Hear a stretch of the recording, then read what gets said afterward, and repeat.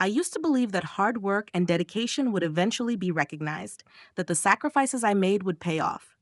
But that belief shattered the moment I opened an old document folder one afternoon. It was a regular weekend visit to my parents' house in Salem, Oregon. I had been stopping by every weekend for years to help my mother, Denise, who wasn't particularly tech savvy. I'd assist her with paying bills, organizing paperwork, and handling the sort of mundane tasks that came with owning a house. This particular house, a two-story red brick structure, which I had spent almost a decade financially supporting and helping renovate, felt like home to me. I'd given it everything, long hours working two jobs, sacrificing my personal life just to keep it standing. When my mom handed me a stack of papers to review, I didn't think much of it. But that envelope, thick, cream-colored, labeled boldly, estate plan and will, caught my attention. I didn't hesitate, not because I was curious, but because I had always been the one to worry about such things, to keep the family from falling apart. As I flipped through the pages, the pressure in my chest intensified.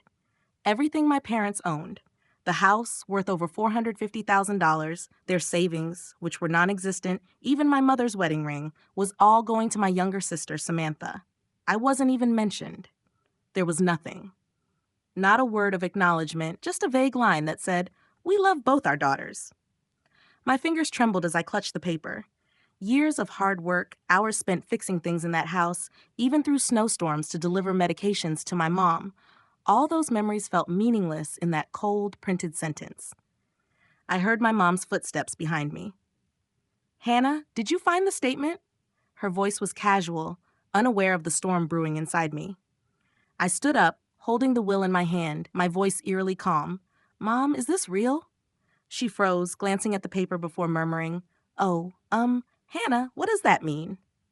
I cut her off, each word sharper than the last. "A lifetime of caring for you and Dad, and I'm written off like I never existed?" Before she could respond, my dad, Richard, entered the room with a coffee mug in hand. He set it down, sighing like he was about to comment on the weather. "You don't need to react like this, Hannah. You're doing fine. Samantha's still figuring things out." I couldn't stop myself from laughing, bitter and dry. Figuring things out? She's 30. She changes jobs every 3 months, lives off YouTube, and can't even pay her own phone bill. I paused. "I'm the one who paid your mortgage for the last 3 years, the one who fixed the roof last winter, the one who's kept this house standing piece by piece." My mom stepped forward, placing her hand over mine like it could calm me. "Don't overthink it. I just wanted Samantha to feel secure." I pulled my hand away, my gaze icy. Secure? And what about me, the one who kept this place from falling apart? They didn't respond. The silence in the room was suffocating. I placed the will back on the table, the cold words of my parents settling around me. "Thanks for showing me where I really stand," I muttered, before walking out the door without another glance. I walked out of that house without looking back.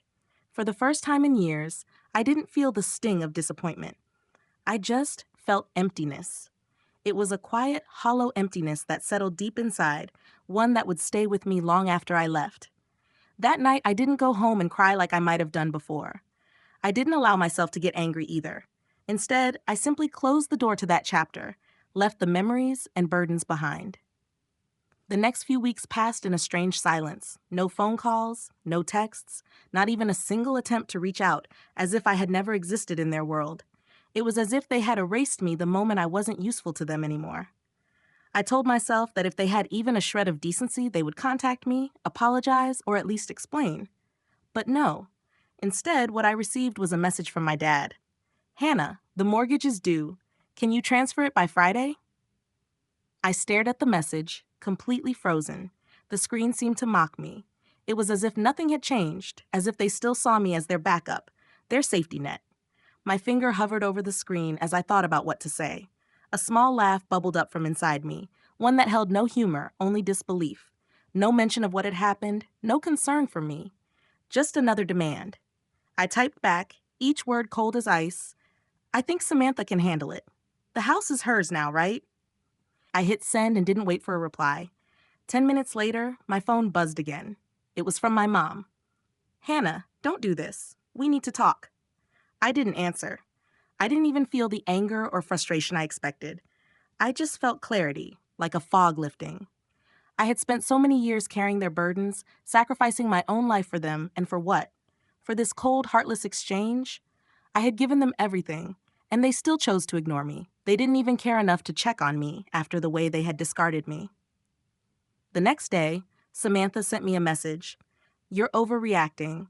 Mom and Dad didn't mean it like that. You've always been independent, and I'm just not. You know that." I read it slowly, letting each word cut through the layers of false concern. I typed back, each sentence like a surgical incision. "Then prove you deserve what you've been given. Start by paying the mortgage." No response, just silence. I didn't expect anything else. That was the way it always worked. They took what they could, and when it was time to step up, they disappeared into their comfortable lives. I felt no remorse, only a deep, unshakable certainty that I was done. Another week passed in silence. I was at home one morning, sipping my coffee, when the familiar buzz of my phone interrupted my thoughts. A transfer request came in, this time from my mom. $2,900. Just like before, as though I was nothing more than a walking wallet. No message, just a request. Cold, emotionless. I declined the request without a second thought. I didn't even hesitate. A few minutes later, my mom called. I let it ring, listening to it buzz and buzz until it stopped on its own. Then came the message, as expected. "Hannah, I know you saw it. Why did you decline?" I closed my eyes, took a deep breath, and replied, "Because it's no longer my responsibility. Ask Samantha." For the first time in my life, I felt like I had control. The control I had long ago given away out of guilt, out of love for a family that didn't even see me as anything other than a tool for their convenience. But not anymore. A few days later, as I sat sipping tea in my tiny apartment, my thoughts once again drifted to my family. I had chosen silence, and in return, I was met with more of the same. No calls, no apologies, no attempt to reach out or make amends. It was as though I had been erased from their lives the moment I stopped being useful to them. The emptiness inside me had solidified. It wasn't anger or sadness anymore. It was a deep sense of detachment.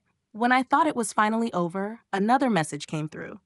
This time it was from Samantha. Her words were like an unexpected punch to the gut. "Are you serious? You're really going to leave us like this? You're abandoning your family just when we need you most." As I read the message, I realized that Samantha didn't understand. She couldn't see that I wasn't leaving them. I was simply no longer going to carry their weight. For so many years, I had played the role of the reliable one, the one who always stepped in, always sacrificed my own needs for theirs. But enough was enough. I typed back slowly, each word deliberate. "Then prove you deserve what you've been given. Start by paying the mortgage." No response. As usual, silence followed, just as it always had when I demanded a change. They took, and they never gave. They never learned to stand on their own, and I realized I wasn't going to fix that for them anymore. The days passed, and the silence stretched on. It was oddly peaceful at first. I went about my life, breathing without the weight of their expectations on my shoulders. I didn't even look back at the old house, the place I once thought of as home. I realized that by cutting ties, I had started to rebuild myself, to reclaim the life that had been taken from me for so long. Then, just when I thought I could breathe easy, another message came through, this time from my mother. She asked for money. Again. I stared at the message. The cold, empty request made me sick. How could they still think I would drop everything for them? How could they expect me to keep supporting them after everything they had done? The realization hit me again, hard. I wasn't just the financial lifeline for them. I was nothing more than a tool. I responded with brutal clarity, "It's no longer my responsibility. Ask Samantha." For the first time in my life, I felt like I had control. The weight of guilt, the sense of obligation had lifted. I wasn't scrambling anymore to fix their mistakes or to smooth over their failures. I wasn't their savior. I was free. The silence continued. No more calls, no more texts. It was a strange kind of peace that settled over me, one that I hadn't felt in years. At first, it felt like a weight had been lifted from my shoulders, but over time, a different kind of realization crept in. This silence wasn't just an absence of noise, it was the end of an era. The role I had played in their lives, the caretaker, the fixer, the one who always picked up the pieces, was over. And now, there was nothing left to hold on to. 2 weeks passed before the next message came. It was from my mom. "Hannah, we need to talk. Please." I didn't respond. Not because I was angry, but because I knew what it would be about. They were always going to come back to me when things fell apart. I had always been the one to pick up the pieces, the one who fixed everything when it broke. But not anymore. I spent those 2 weeks focusing on myself for the first time in years.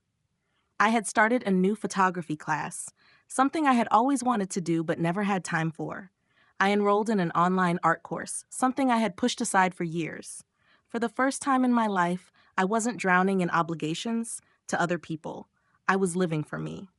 Then one afternoon, a message from Samantha arrived. It was short, but the venom in it was unmistakable. "You're being so selfish. Don't you care about the family anymore?" I let the message sit for a while, just staring at it. It took everything in me not to reply immediately. Instead, I thought about the years of sacrifice, about the way they had treated me, about the way they had used me without ever truly seeing me. I wasn't the one being selfish. I was just finally taking a stand. I typed back slowly. "Family isn't about draining someone until they have nothing left to give.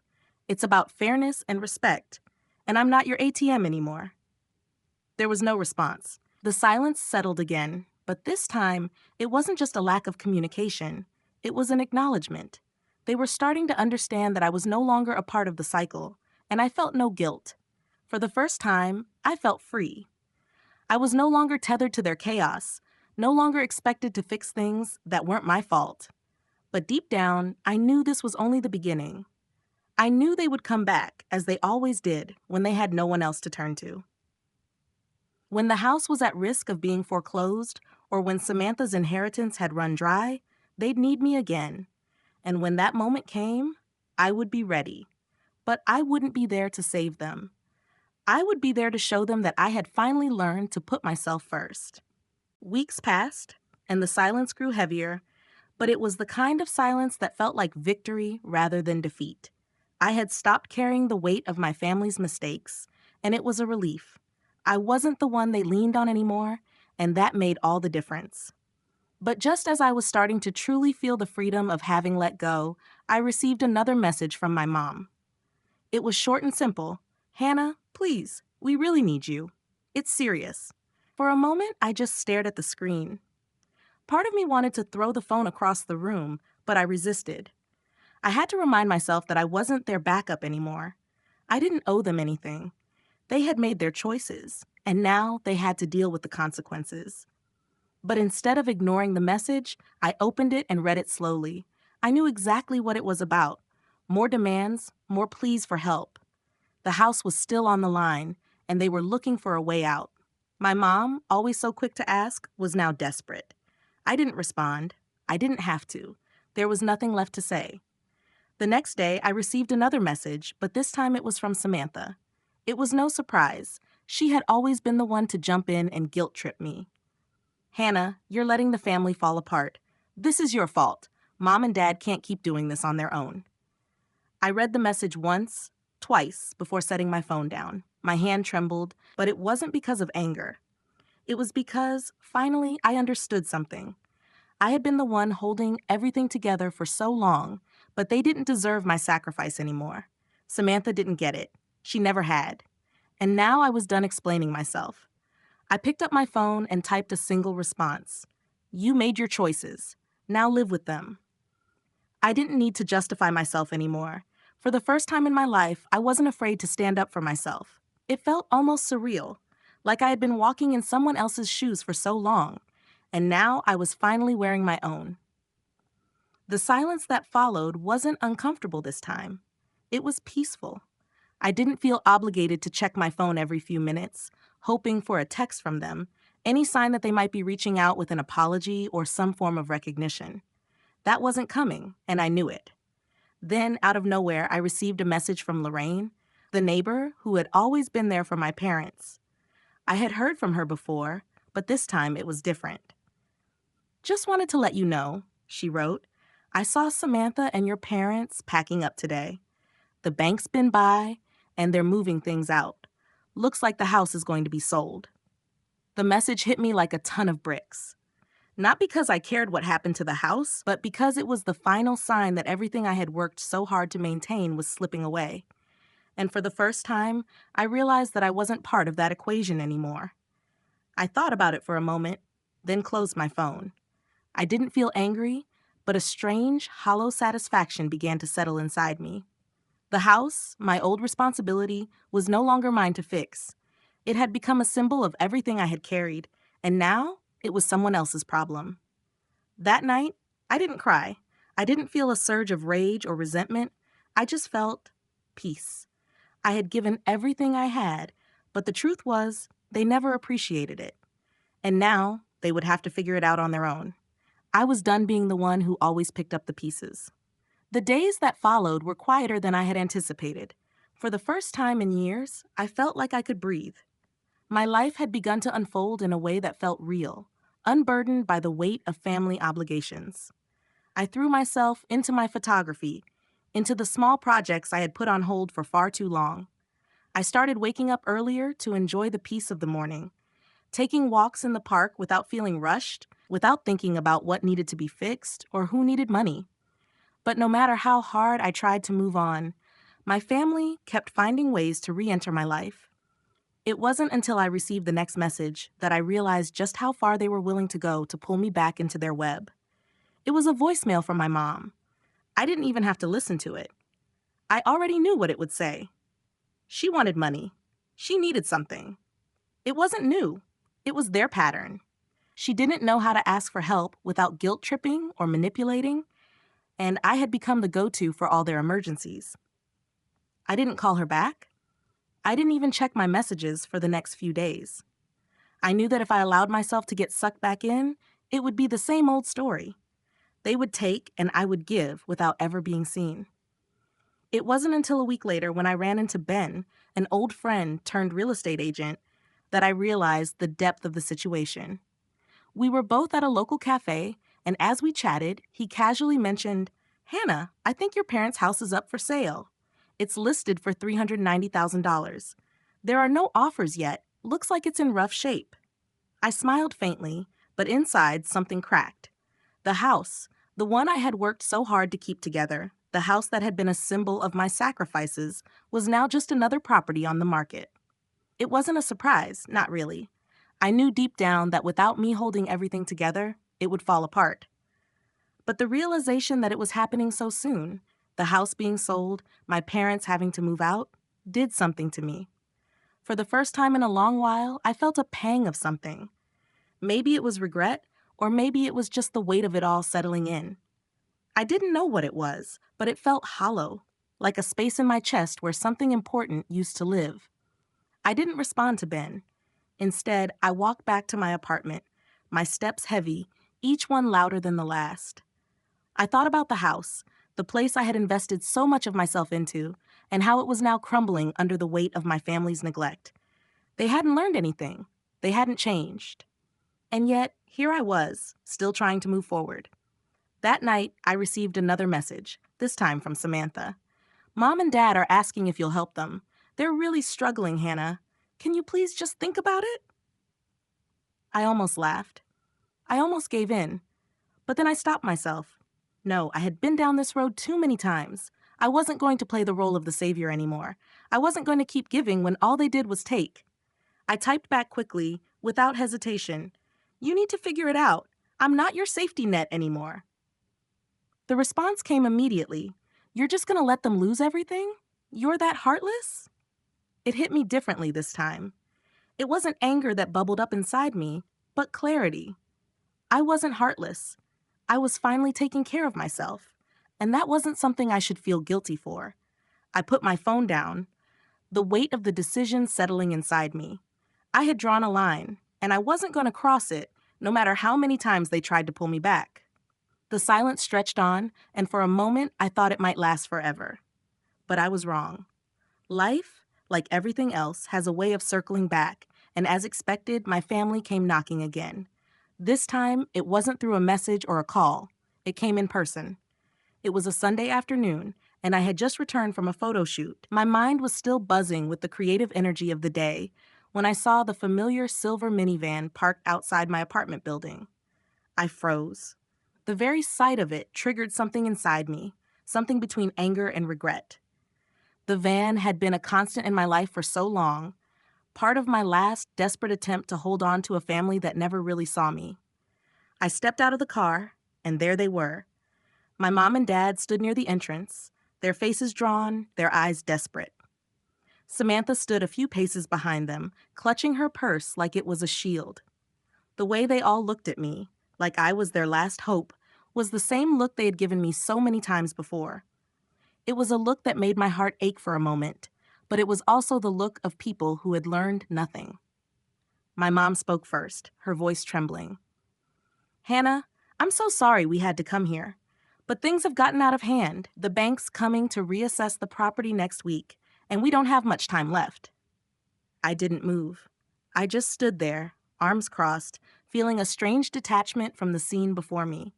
I had been the one to sacrifice everything for them. I had been the one to keep things together when they fell apart. And now here they were, asking for more, without a single ounce of understanding or recognition. My father spoke up next, his voice lower than usual, wary in a way I had never heard before. "We made a mistake, Hannah. I know that now. But if the house is taken, your mother won't be able to handle it. We don't know what to do." I didn't flinch. I just looked at them, and then I looked at Samantha, who was standing behind them, silent as usual. She wasn't even making eye contact with me. I turned to face my mom and dad, my voice calm but firm. "Then why, when writing the will, did you decide I wasn't worth including? Why did I get left out? After everything I've done, why was I the one left to carry the weight of this family alone?" Their silence said it all. My dad couldn't even look me in the eye. Instead, he fidgeted with his coat, avoiding the question altogether. "You thought I would always be here, didn't you?" I continued, my voice steady. "You thought I would keep fixing things, no matter how much it cost me, because I've always been the reliable one. The one who does everything, no matter what. But I'm not that person anymore."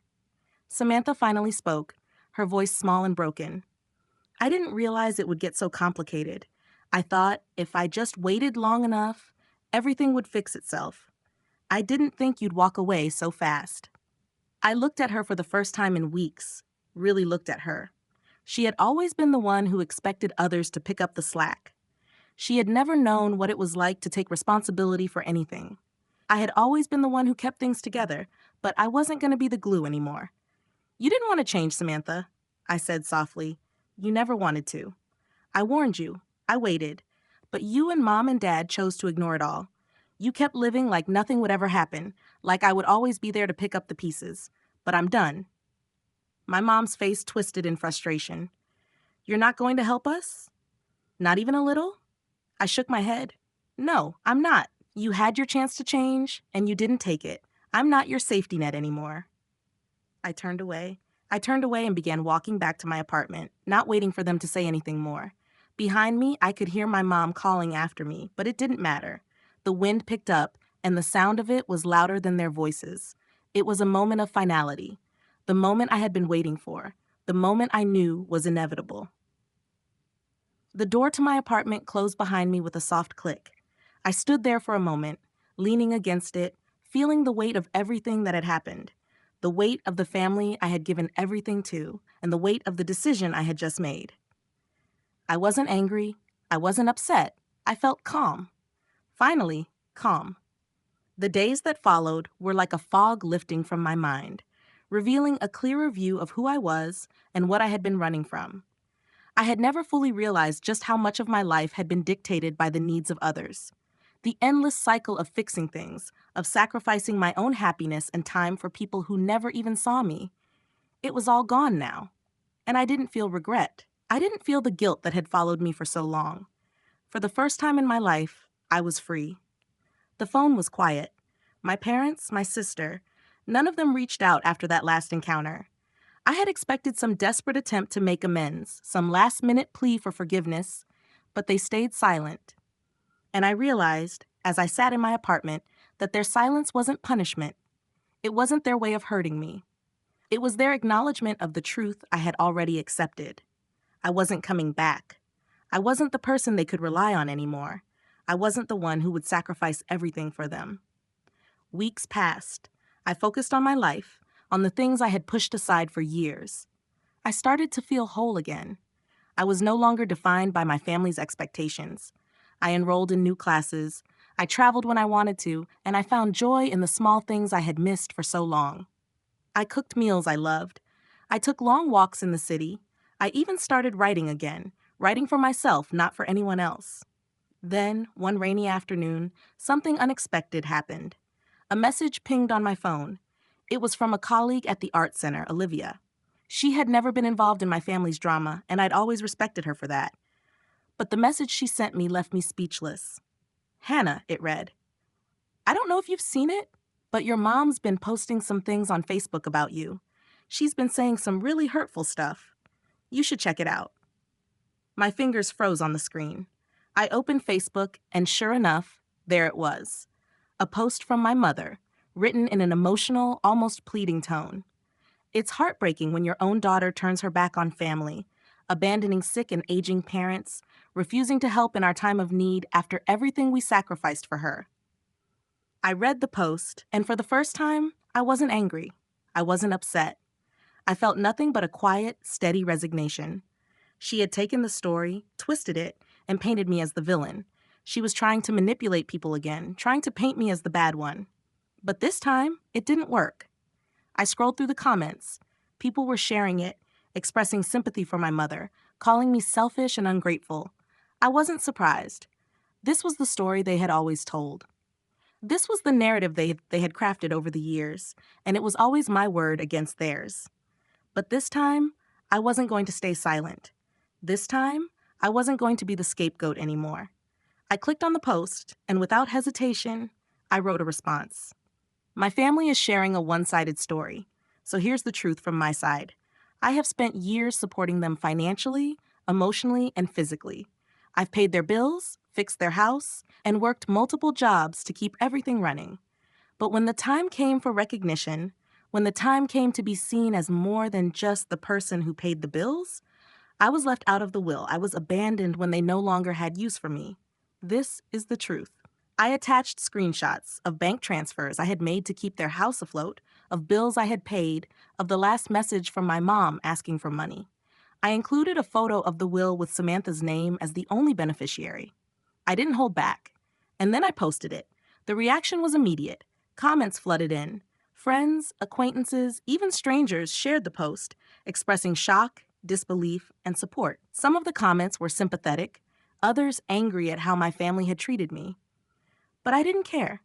For the first time in my life, I wasn't hiding anymore. I wasn't silenced by their manipulation. A few hours later, I checked my mom's profile. All her posts about me had been deleted. My dad had deactivated his account, and Samantha had changed her profile picture to a black and white flower, a vague, dramatic gesture to show she was upset. I didn't feel a sense of triumph. I didn't feel like I had won anything. All I felt was relief. The truth had been spoken. I had shared my side, and I didn't need anyone's approval anymore. In the weeks that followed, there were no more messages, no more calls. My family had retreated into their world, and I had stepped into mine. I didn't miss them. I didn't long for their approval. For the first time, I had learned to live for myself.